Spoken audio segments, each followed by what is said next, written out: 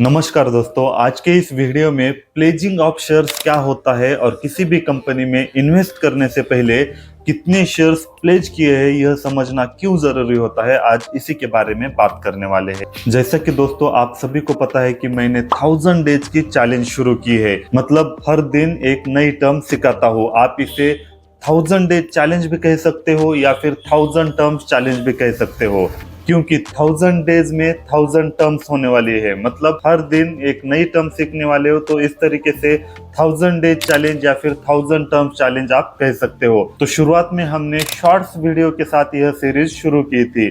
तो पहले 1 से 40 के जो टर्म्स है वो शॉर्ट्स वीडियो में अवेलेबल है, लेकिन 41 के बाद के जो टर्म्स है वह लॉन्ग फॉर्म वीडियो में भी अवेलेबल है और शॉर्ट्स में भी अवेलेबल है। क्योंकि शॉर्ट्स में मैं अच्छे तरीके से समझा नहीं पा रहा था, काफी लोगों को दिक्कत आ रही थी, तो बहुत सारे लोगों के ऐसे कमेंट्स आए थे कि लॉन्ग फॉर्म या फिर 2 से 4 मिनट के बीच में वीडियो बनाओ और उसमें अच्छे तरीके से समझाओ। तो इसलिए मैंने 41वें टर्म से लॉन्ग फॉर्म वीडियो बनाना शुरू किया है और उसी के बेसिस पर शॉर्ट्स वीडियो में भी आते रहेंगे। लेकिन अगर आपको डिटेल में समझना है तो ये लॉन्ग वीडियो जरूर देखते जाइए। तो मैं उम्मीद करता हूँ कि पूरा सिनेरियो आपकी समझ में आ गया होगा। 41वें टर्म से आपको लॉन्ग फॉर्म में भी वीडियो देखने में मिलेंगे और शॉर्ट्स में भी वीडियो देखने मिलेंगे, लेकिन जो लॉन्ग में वीडियो आएंगे उसका ही शॉर्ट्स में बनाने वाला हो। तो चलिए इस वीडियो की शुरुआत करते हैं। प्लेजिंग ऑफ शेयर्स का मतलब होता है जब कंपनी के ओनर्स या फिर प्रोमोटर्स अपने शेयर्स को गिरवी रखकर पैसे लेते हैं या फिर लोन लेते हैं,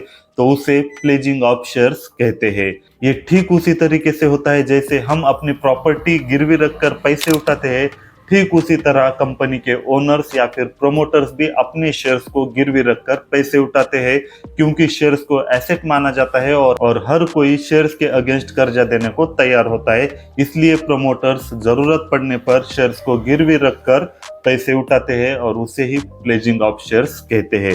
अब यह क्यों जरूरी है और आखिर प्रोमोटर्स या ओनर्स शेयर्स को गिरवी क्यों रखते हैं यह समझना जरूरी है। आप मुझे एक बात बताओ, आप कब लोन लेते हो? अगर आपके पास कुछ सेविंग है तब आप लोन लोगे क्या? नहीं लेते हो।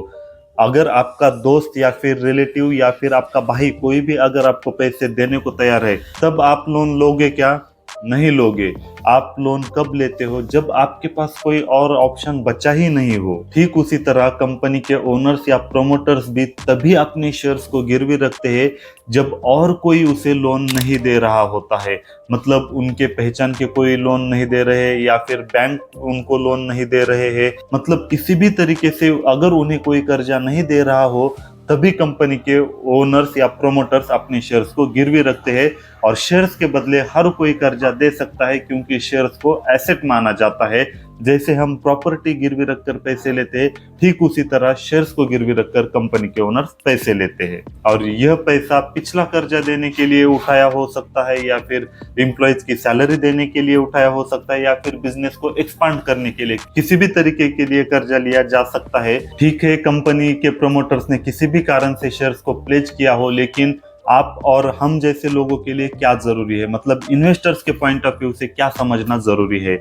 जैसा कि मैंने कहा, जब कोई ऑप्शन नहीं बचता तभी कंपनी के प्रोमोटर्स अपने शेयर्स को गिरवी रखते हैं। मतलब कंपनी के पास सेविंग्स नहीं है या फिर उनके पास कोई और पैसे नहीं बचे हैं या फिर कोई उन पर भरोसा भी नहीं कर रहा है, तभी वो उन्होंने शेयर्स को गिरवी रखा है।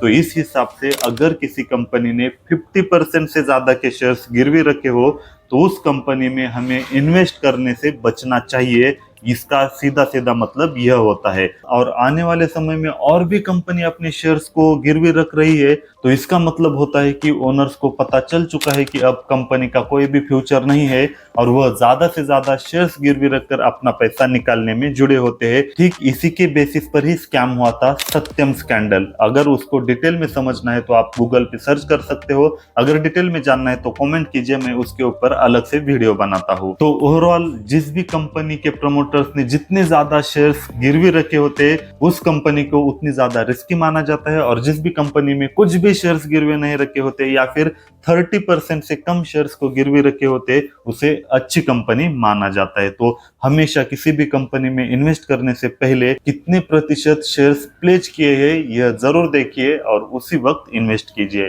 तो आई होप आपको ये वीडियो काफी पसंद आया होगा और इसी तरीके से 1000 डेज में या फिर 1000 टर्म्स में पूरा शेयर मार्केट सीखने के लिए आज ही इस चैनल को सब्सक्राइब कीजिए।